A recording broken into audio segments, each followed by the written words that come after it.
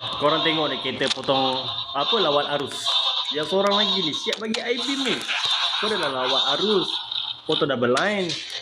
Lepas tu kau nak bagi I-beam. Wah, banyak cantik kau Ini kalau dapat buat report JPJ ni sedap ni tu kau ni. Sedap. Itulah. Sebab apa aku boleh cakap diorang berani buat? Sebab dah biasa buat. Bila dah biasa buat, bila dah biasa buat, orang bagi. So dia hari-hari buat. Orang lain penat beratung. Kau hari-hari kau nak lawan arus, potong queue apa semua. Tahu kau nak masuk simpang situ. Jalan semua nak terus. Tapi kau beratur lah. Dah lawan arus, double line. Sebab apa dah biasa buat. Dah biasa orang bagi. Dah lemak. Faham tak nak lemak? Pagi-pagi nak pergi kerja, otak tertinggal. So orang dah bagi naik lemak.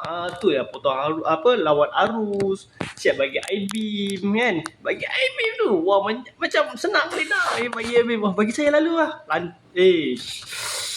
Tak tahu nak kata apa, macam gam.